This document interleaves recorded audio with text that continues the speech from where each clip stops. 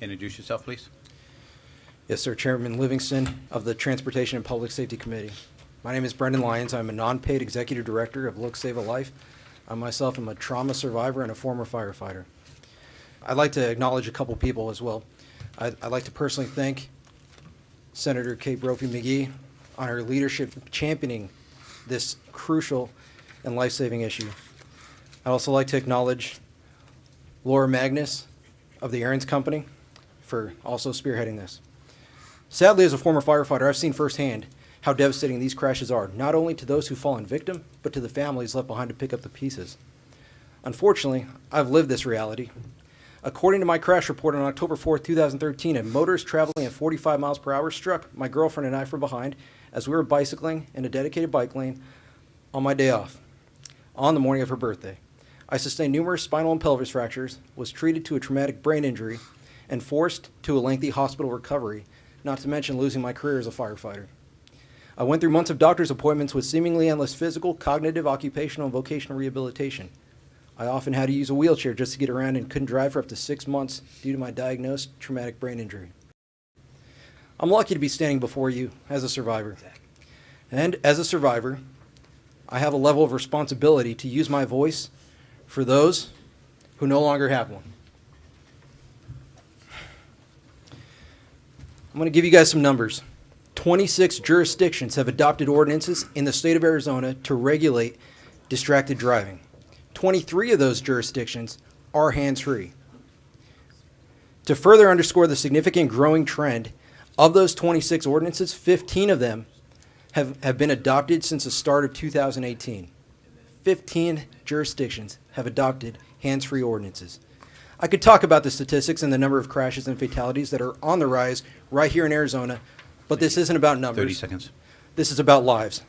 Such lives, and please hold them up, as Salt River Police Officer Clayton Townsend, DPS Officer Timothy Huffman, former Phoenix firefighter Thomas Hall, Barbara Applebaum, Megan Lee, Daniel Wilson, Robert Lucky, Frank Frassetto, Rob Dollar, John Hines, Timothy Breslin, John Knorr, Sean Doss, Humberto Noah, Kathy Cook, Michael Allison, Manuel Patton, and Linda Doyle. Yes, distracted driving does take the shape in many forms. There are those who manipulate their phones, and there are those who do engage in many other activities while driving. The three major factors to consider are our exposure to risk, the prevalence of use, and the degree of distraction. Cell phones are off the charts when it comes to this. I implore you not only to pass this bill, but by a unanimous decision, you will be sending a loud message to our state legislature that now is the time to adopt this. It will take a concerted effort of elected officials, law enforcement, safety advocates to end this deadly trend. Together, we will drive down distracted driving. My name is Brendan Lyons. Thank you. Brandon, excellent testimony. Thank you. Members, any questions? Yes, Senator, go ahead. Thank you, Mr. Chair Brendan.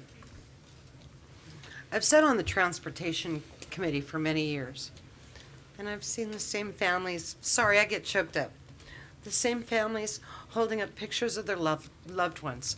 So I want to say thank you, thank you, thank you for continually coming here and reliving your nightmare to educate not only these two chambers, but all of the Arizonans.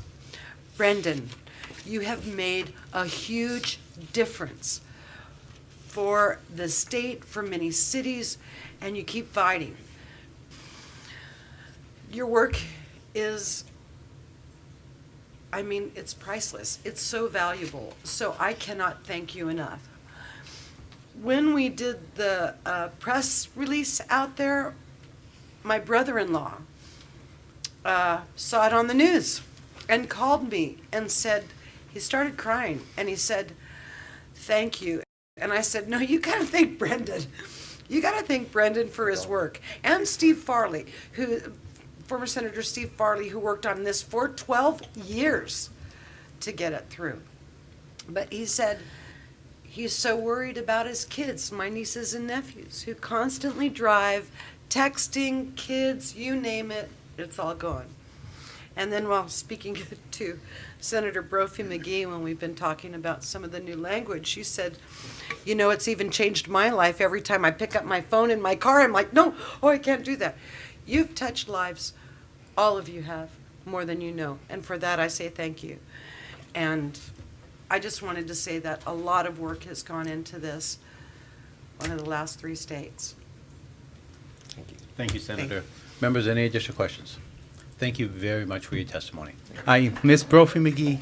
Mr. Chairman, members, you've heard the story, and I served the last 2 years on Transportation Committee and heard these same stories. And I'm now chairing the Health and Human Services Committee. This is a public health crisis.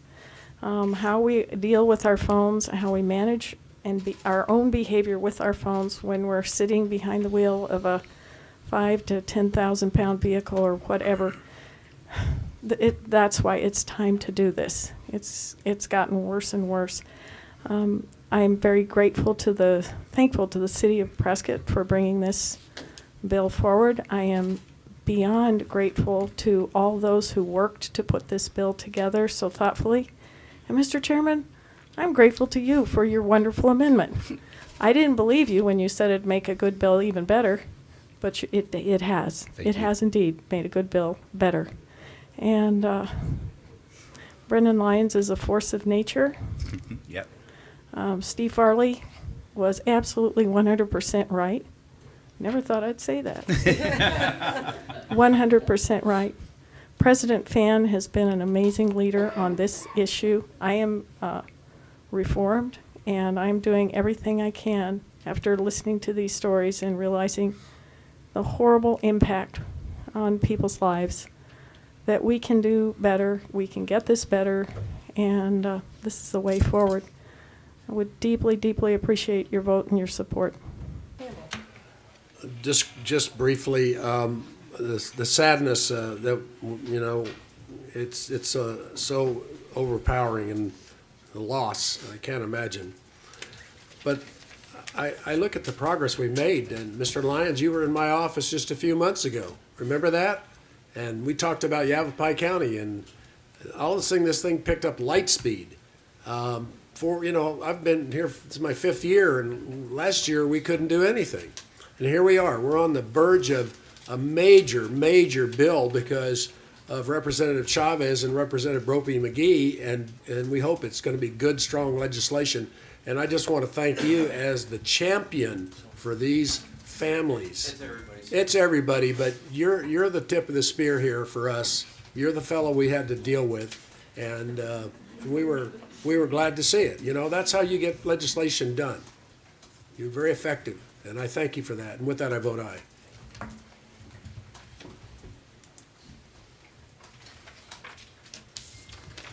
Members, by your vote of 7 ayes and 0 nays, House Bill 2531 has received as amended, has received a due pass.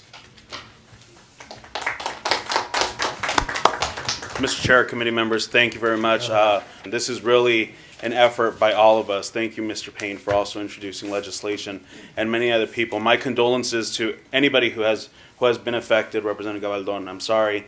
To Mrs. Townsend, thank you very much for sharing your son to this great state of Arizona. Thank you. Yes, Brendan. If I may, there was several that didn't have the opportunity to speak. I'd like to acknowledge their time as well. Sure. We have Chief Danny Sharp from Oro Valley Police Department. We've got Jennifer Smith with StopDistractions.org, who flew down from Chicago, Illinois. And we also have Jonathan Hall, who lost his father, Tom Hall. He was a former Phoenix firefighter. And I just want to acknowledge them as well. Did I miss anybody else? We have Carrie Fuller in the audience. She's former TPD, who was struck on her bicycle by a distracted motorist. And so I just wanted to take an opportunity to acknowledge those who didn't get an opportunity to speak. And if I could acknowledge my 8-year-old son, he's been here all day. He spoke this morning with me at the Senate, and he's been sitting very quietly, which is rare for him. So I'd like to acknowledge that as well. Well, I'll tell you what, I can't see him. Bring him up and let's Yeah, take a come look up at here. this guy. Yeah. This is my 8-year-old son, Aiden. He lost his Papa Tom April 2nd, 2016, to the decision to drive distracted. And he's recently been asking me to come up here and advocate for this change. Most recently, he was a part of the decision in Yavapai County where they unanimously adopted what we call Tom's Law. Right. Thank you. Thank you, buddy. Thank you for coming.